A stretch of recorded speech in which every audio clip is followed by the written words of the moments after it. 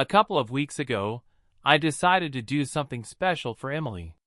We had been so caught up in the chaos of daily life that I thought a kid-free night would be the perfect way to reconnect. I called my parents, who live about an hour and a half away, and arranged for the kids to stay with them for the weekend. Normally, when we visit my parents, it's an all-day event. But this time, I planned it differently. I dropped the kids off early around 8:30 p.m. and headed straight home. I'd already made a reservation at a nice restaurant and planned to hit a few spots for drinks first. The goal was to surprise Emily, make her feel special, something we both needed. When I got home around 12:30 a.m., something felt off. I saw a truck parked in front of our house that I didn't recognize. It wasn't totally unusual. Someone could have been visiting a neighbor, but my gut told me something was wrong. I'd parked a few houses down and decided to sneak into the house, thinking I'd surprise Emily. I crept inside through the basement door, trying to be quiet. But the moment I stepped in, I heard noises from upstairs.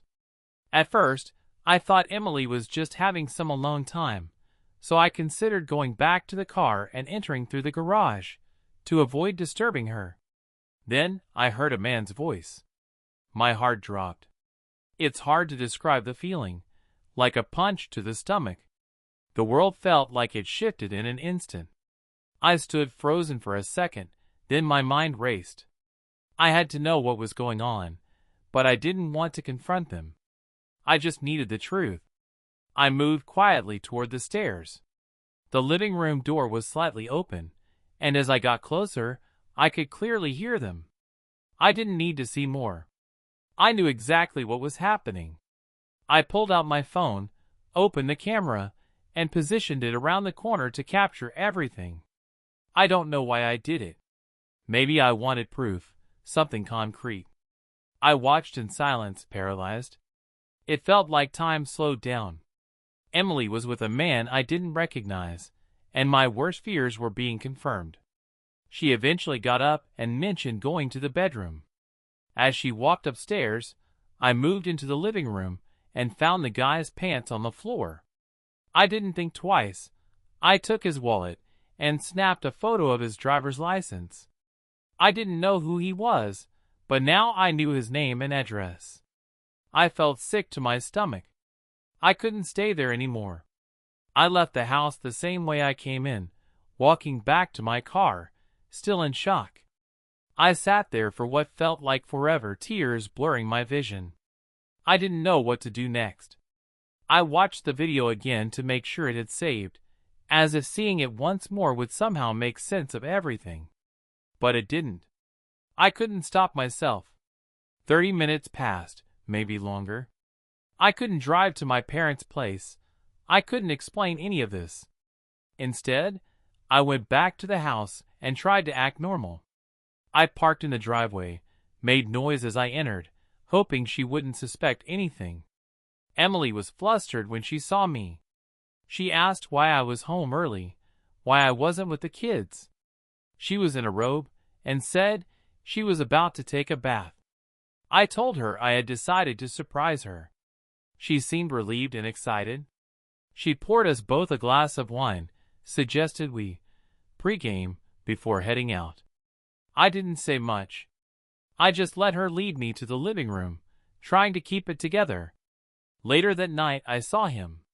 The guy was sneaking down the stairs, heading for the basement. I didn't say a word. I let her do whatever she was doing, not ready to confront her. Not yet. Since then, I've watched the video more times than I can count. Each time, I feel something different: anger, hurt, confusion. But I can't stop. I'm stuck, and Emily can sense something's wrong. She keeps asking if I'm okay, but how can I tell her I know? After that night, everything felt different. It wasn't that Emily had changed. She was still apologizing, trying to keep things normal. But there was a weight between us, an unspoken thing I couldn't ignore. Every time she looked at me, I saw the guilt in her eyes. But I couldn't look at her the same way anymore. For the next few days, I went through the motions. I acted like everything was fine, for the kids, for the routine. I went to work, did the shopping, played with the kids, tried to keep the house running smoothly. But inside, I was unraveling.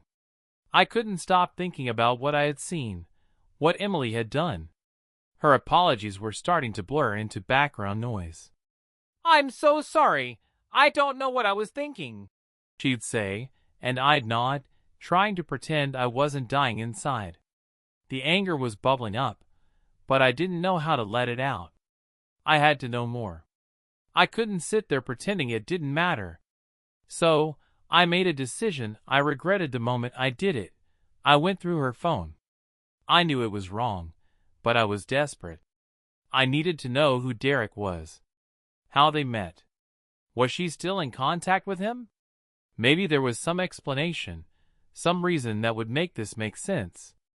I didn't find much. Her texts were typical, work messages, exchanges with friends. But then I found something. A few months back, she'd messaged someone about landscaping services for our yard. A guy named Derek. The same guy from the night I caught them. I Googled him. Found his address. Even drove by his house a few times. I felt like a stalker, but I couldn't stop. I needed to understand how deep this went. I started watching Emily every time she left the house. I couldn't track her, couldn't know exactly where she was, but I paid attention to every little detail. When she left for work or errands, I wondered if she was meeting him again. I knew I couldn't keep living like this, but every time I thought about confronting her, I backed off. The kids were fine. They didn't know anything. I didn't want to destroy their world because of my own mess.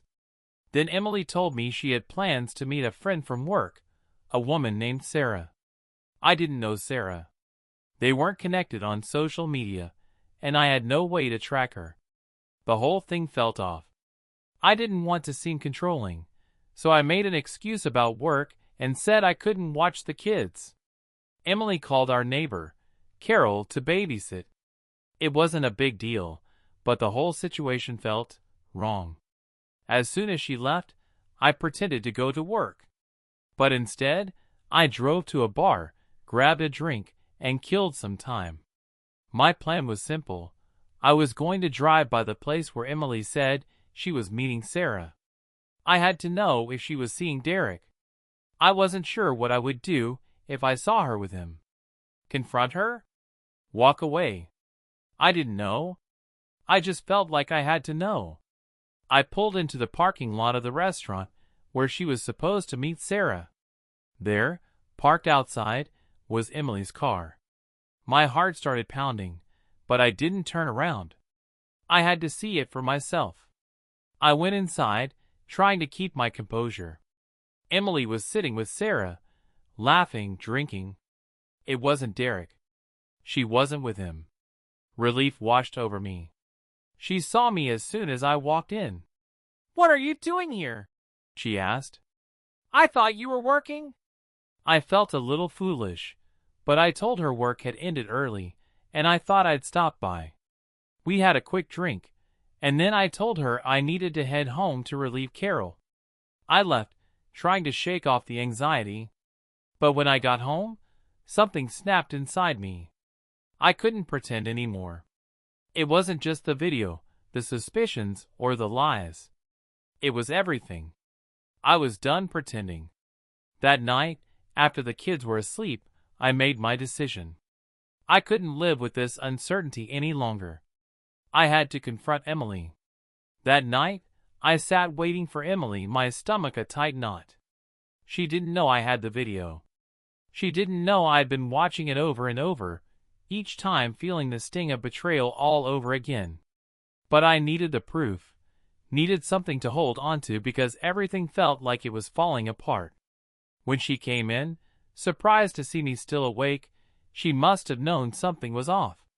I wasn't pretending everything was fine anymore. I stared at her, my emotions threatening to boil over. "You're still up? Everything okay?" she asked softly. I didn't answer right away. The words finally broke through. No, Emily. Everything is not okay. Her face changed, panic creeping in. What do you mean? What's going on? I know everything, I said flatly. I know what you did. I saw it. I saw you with him. Her face drained of color. She took a step back, her hands shaking. I don't know what you mean. Without hesitation, I hit play on the video. The sound of her and Derek's laughter filled the room. Her face went pale as she heard it. She was quiet for a second, then came the apology. David, I'm so sorry. Please, let me explain. Explain? I scoffed. How do you explain this? You were cheating on me, Emily. That's what you need to explain. Tears welled up in her eyes, and for a moment, I wasn't sure if I was angrier at her or at myself. The woman I loved, the one I thought I knew, had betrayed me. She started pacing, her hands covering her face. It was a mistake. I should have stopped. I know I should have stopped. 2 times, I interrupted. You didn't make one mistake. You made 2. And I don't know how long it's been going on, but that wasn't the only time. She stopped in her tracks, guilt flooding her face. It was just that one time, the second time. After that, I ended it. I swear, David, I ended it. Her voice cracked, and part of me wanted to feel sympathy. But that sympathy quickly faded. The trust was gone. The love, now tangled with anger, was different. I don't even know who you are anymore, I said, my voice trembling. How could you sleep with him and then come home to me, act like nothing happened? I didn't want to hurt you, she whispered, her voice shaking. I thought I could handle it. But I was wrong. So wrong. I ran a hand through my hair, bitter. You thought? Emily, you didn't make a mistake. You made a choice. A choice that affected both of us. She fell to her knees in front of me, crying, begging. I love you, David. Please don't throw everything away. It was a stupid mistake. I swear I'll do anything to fix it. I stood there numb. The kids were asleep upstairs, blissfully unaware. I wanted to scream, to ask 1,000 questions, but I couldn't form a single one. So what now? I asked quietly. What do we do now, Emily? Do we just pretend this never happened? She shook her head, sobbing harder. No, David, I'm not asking you to forget. I'm asking you to work with me. Please don't give up on us. Her words hung in the air. I wanted to believe her. I wanted to say we could fix this, but the trust was shattered. How could I ever trust her again after what I saw?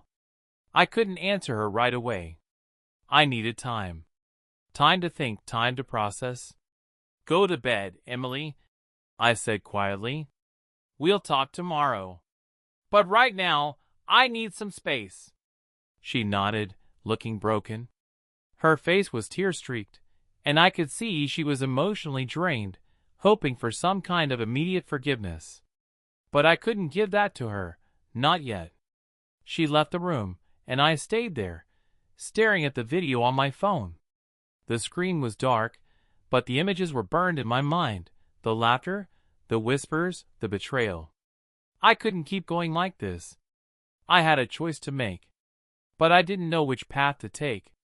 The next day was a blur. I couldn't sleep, couldn't think straight. My mind replayed every moment, every word. It felt like everything had shifted overnight, and I was left to pick up the pieces. I had to get through the day for the kids. Emily didn't try to talk to me that morning. She probably didn't know what to say, and honestly, neither did I. The house felt cold, tense. We were under the same roof, but I felt miles away from her. I spent the morning moving through life on autopilot. When the kids asked why I was so quiet, I smiled and said I was just tired. They didn't need to know. They were too young to understand what was happening, and I didn't want to ruin their world. Inside, though, I was falling apart. How could I ever trust her again? How could I forget the image of her with him, the way they touched each other like our vows meant nothing? The video had become a painful anchor, a reminder I couldn't let go of.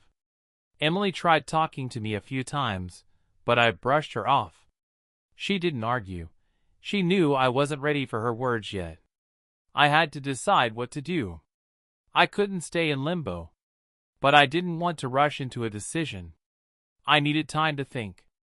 After the kids went down for their naps, I went for a walk. I didn't have a destination, just needed to get out. The air felt good against my skin, but it didn't clear my mind.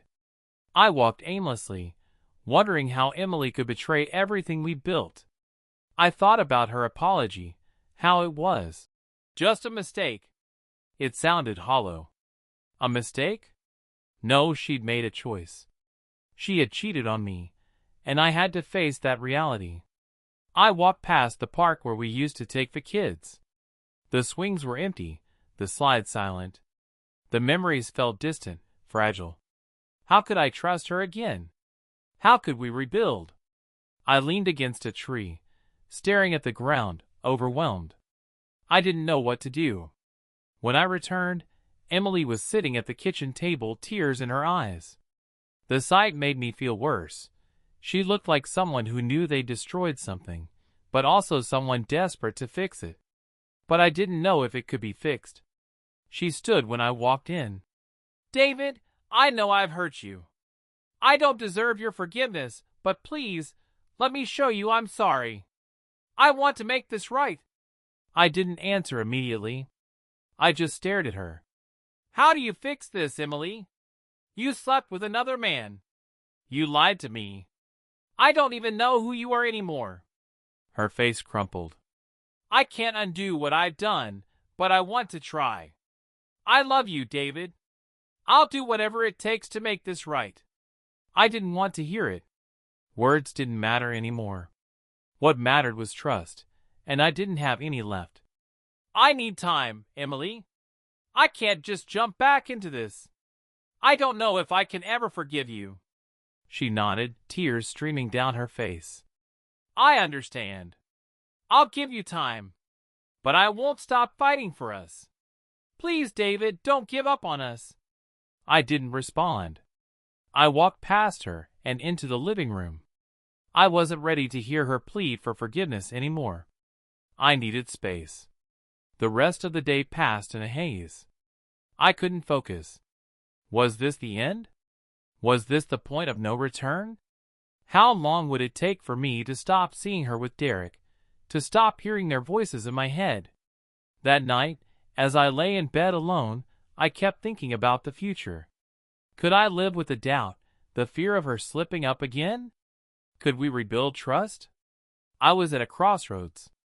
A fork in the road where I had to decide whether to forgive or to walk away. I wasn't sure yet. But whatever decision I made, my life would never be the same. Time moves differently when you're in pain. The hours drag on, and every minute feels like an eternity. In the days after Emily confessed, I found myself checking the clock constantly, wondering if I'd wake up one day and feel okay, or if I'd be stuck in this endless loop of doubt. I didn't have answers, only a sinking feeling in my stomach. Emily was trying. She was doing everything she could to show she was sorry. But I wasn't sure I could forgive her. Not yet. Maybe not ever. I spent more time at work than I needed, just to avoid the silence at home. Every time I looked at Emily, I saw her with him. I couldn't shake it. She tried to be affectionate, but I couldn't bring myself to respond. I didn't want to be cold, but I couldn't ignore how everything between us had changed. One night, she made me dinner, my favorite, but I couldn't bring myself to smile. I sat there, picking at my food. She looked at me with a mixture of guilt and sadness, but I just couldn't come back to her.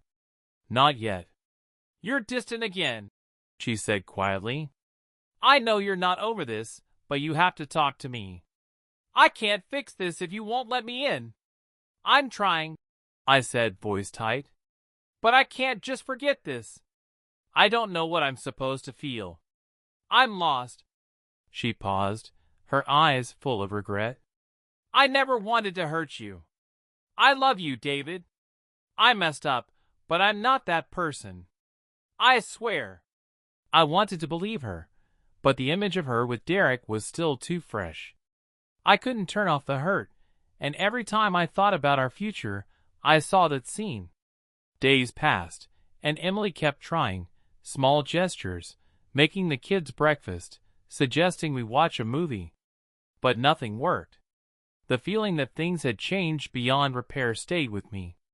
One afternoon, I found myself sitting in my car, parked by the side of the road. I had no destination. My mind was racing with questions. Should I leave? Should I walk away before I got hurt again? Or should I stay and try to rebuild? I reached for my phone, almost on autopilot, and opened the video. The one I promised myself I would delete. But I couldn't. I needed the proof. I needed to confirm that she had made this choice, that she had betrayed me. As the video played, the reality hit me again. She had chosen him. She had lied to me. And I couldn't forget it.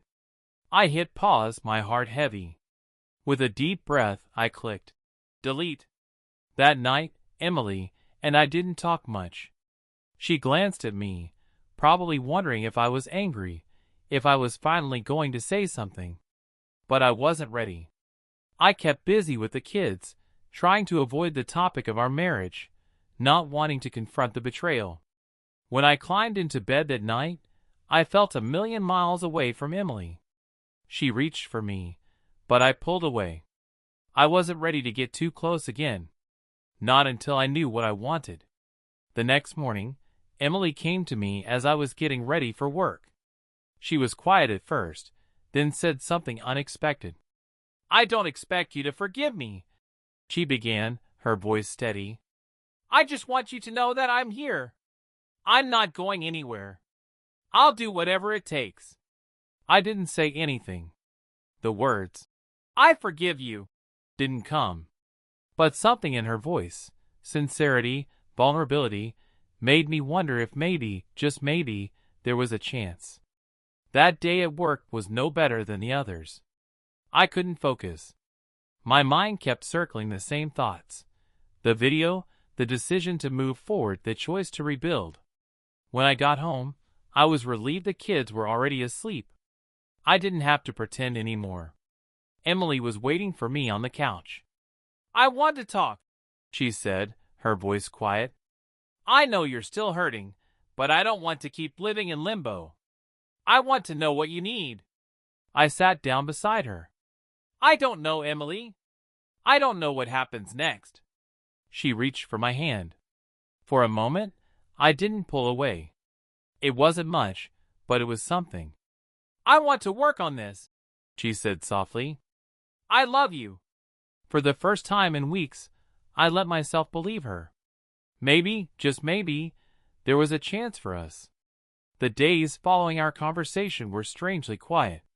Not peaceful, but quiet in the sense that we had an unspoken truce.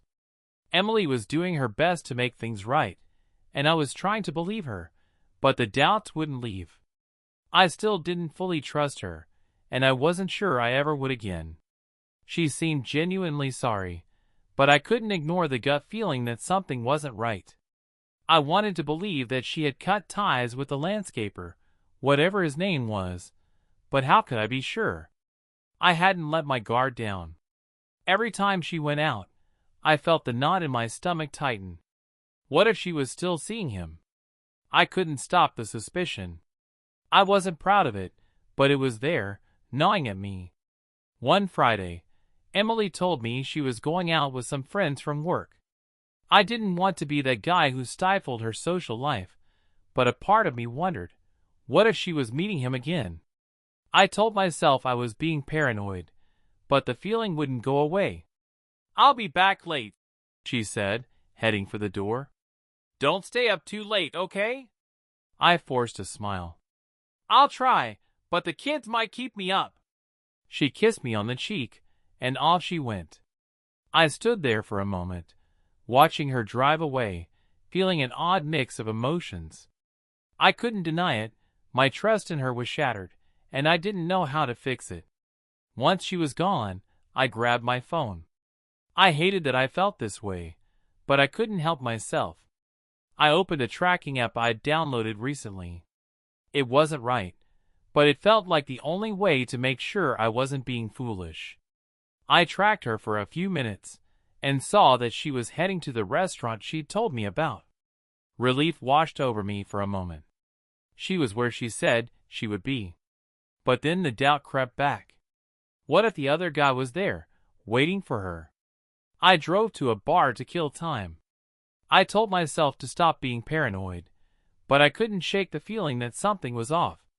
After a couple of drinks, I decided to drive by the restaurant where Emily was supposed to be. I had to see for myself. When I arrived, I saw her car parked in the lot.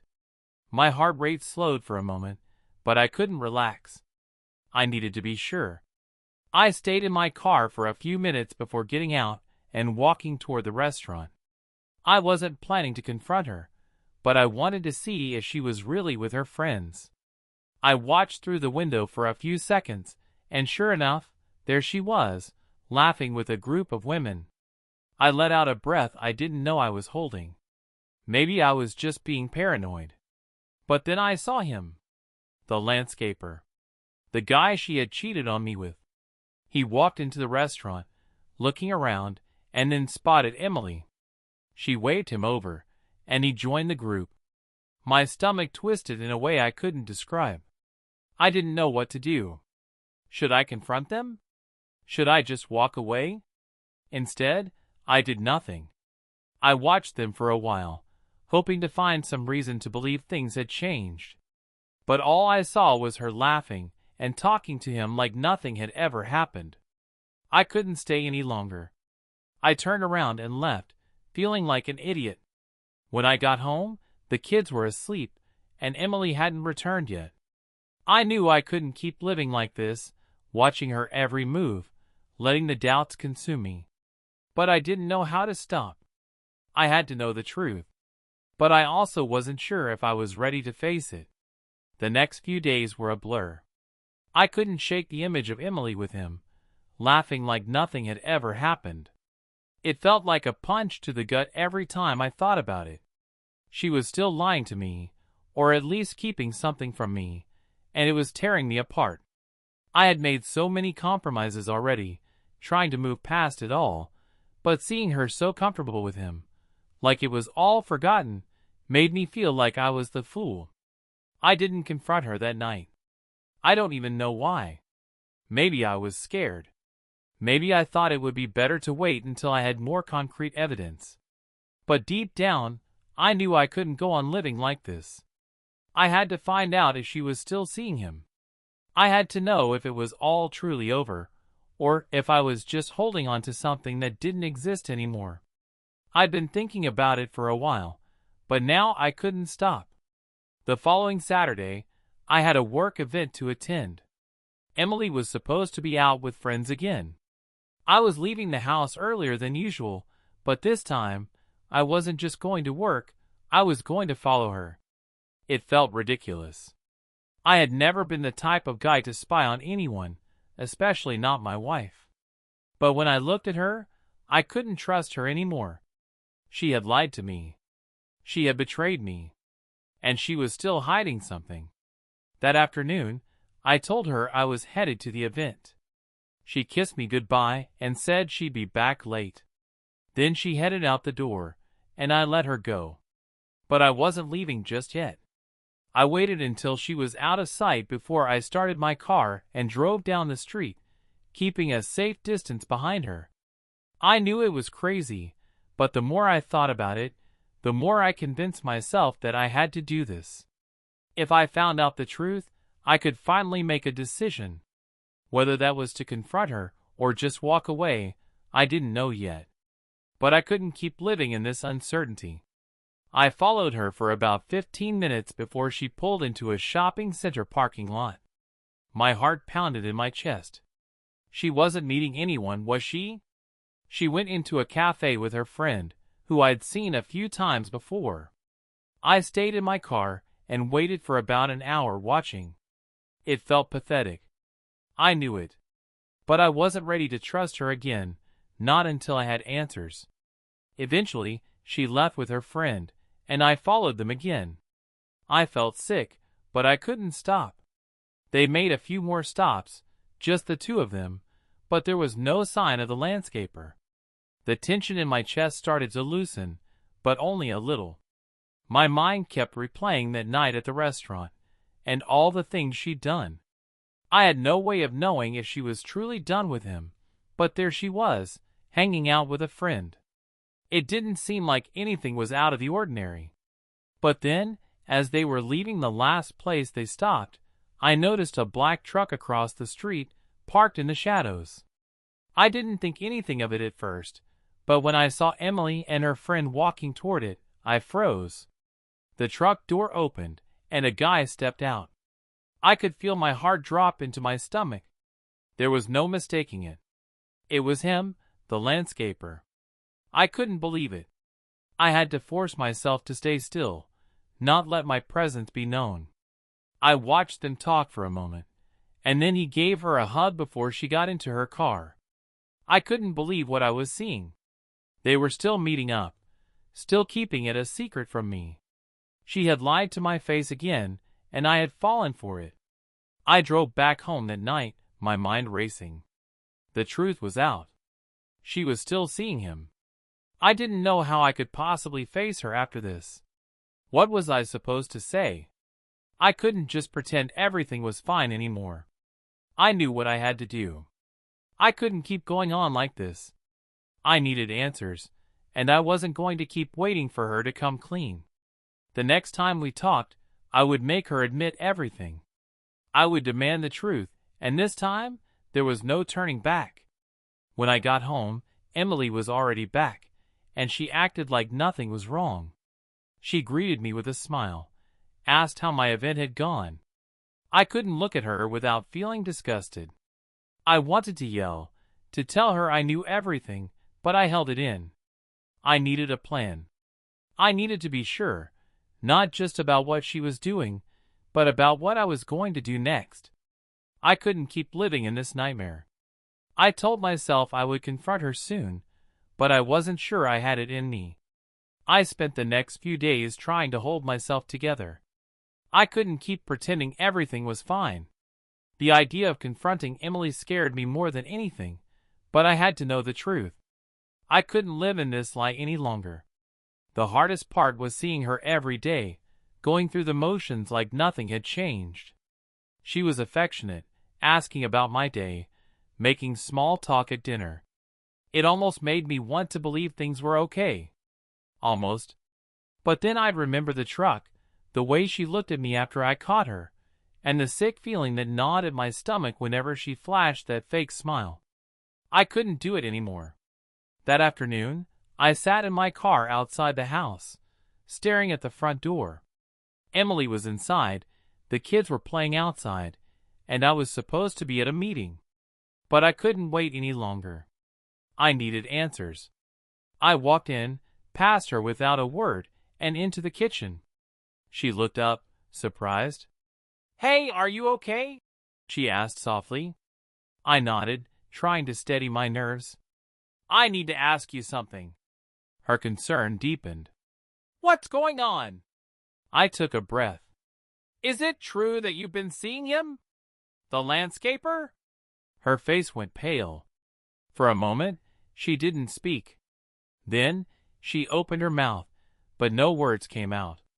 I could feel her scrambling, trying to decide how to explain this, how to make it seem less like a betrayal. I wasn't going to let her lie this time. "Don't lie to me, Emily.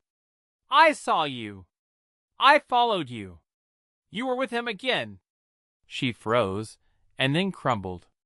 She started to speak, but her words didn't make sense. I didn't need an explanation anymore. I needed the truth. She sat down, burying her face in her hands. "I'm so sorry, Jason. Don't." I cut her off, my voice cold. You don't get to apologize anymore. You've been lying to me every day.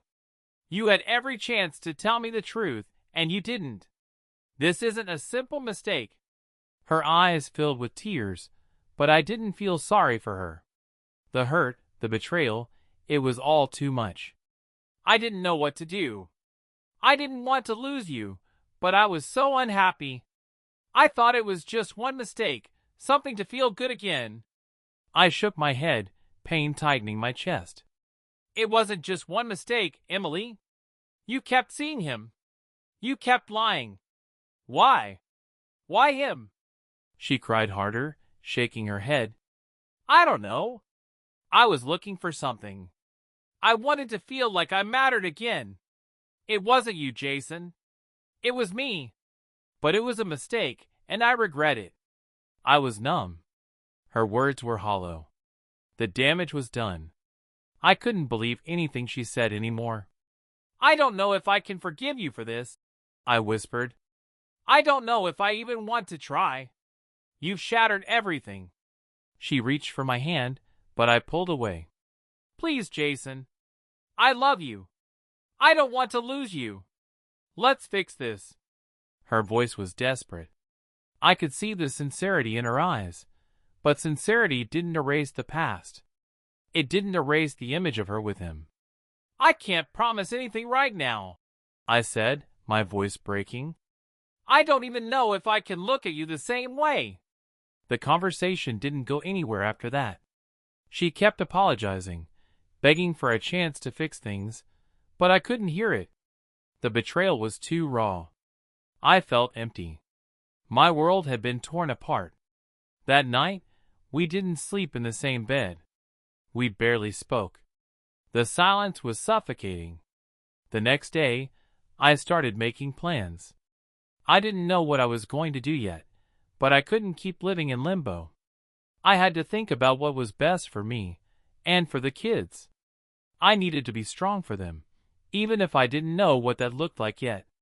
The trust was gone. Without trust, I didn't know if we could ever go back to what we were. The first few days after our confrontation felt like a blur.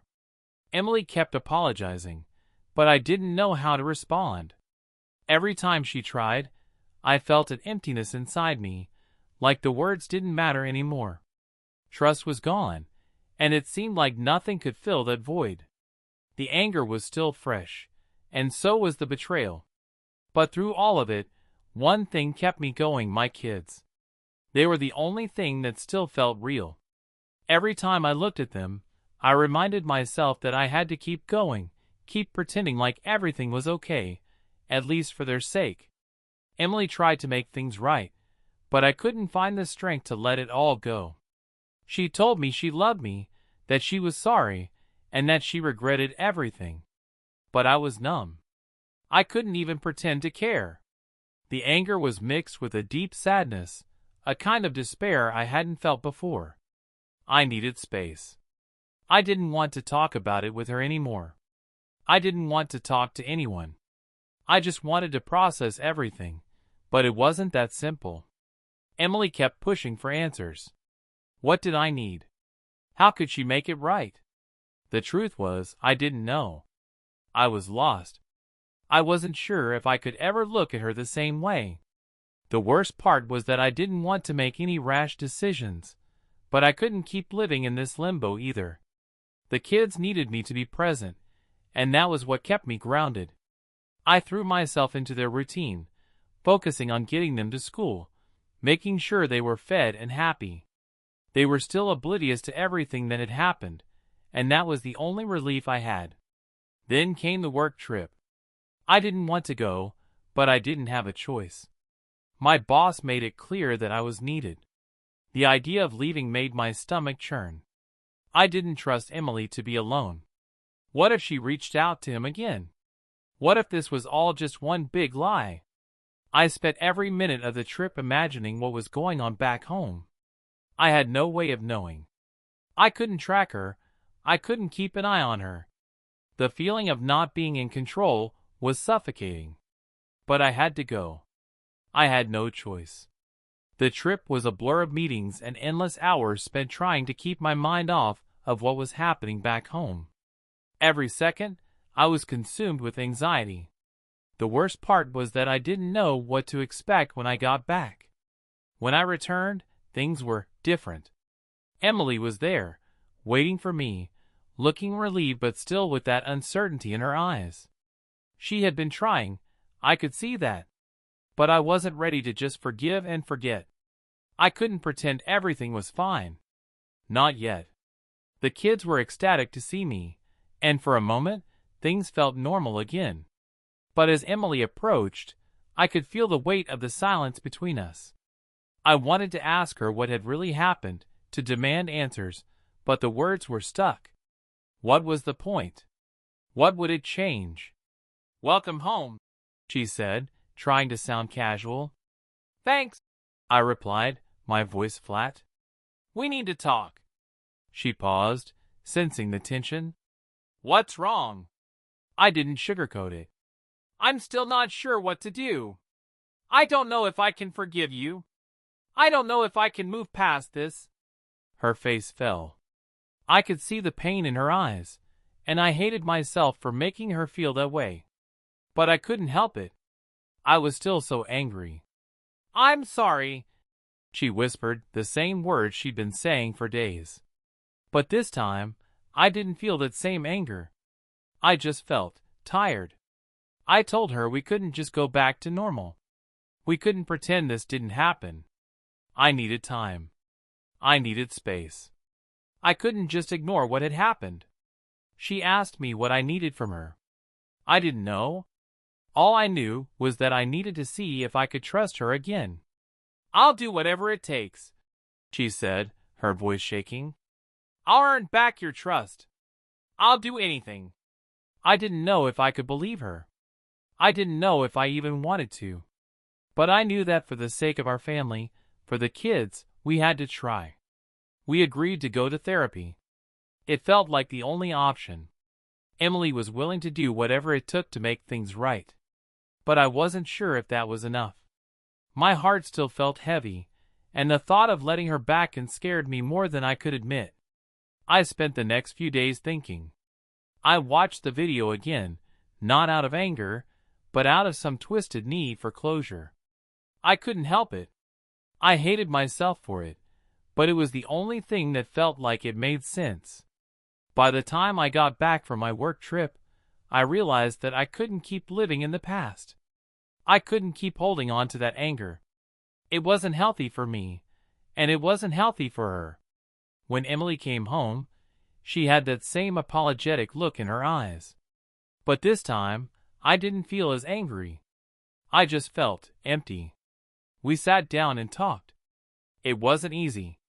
I told her I still wasn't sure where we stood, but I was willing to try. We agreed to move forward slowly, to take things one step at a time. For the first time in a long time, there was a glimmer of hope. It wasn't perfect. Nothing would ever be the same. But it was a start. I didn't have all the answers yet, but I was starting to realize that maybe, just maybe, we could rebuild.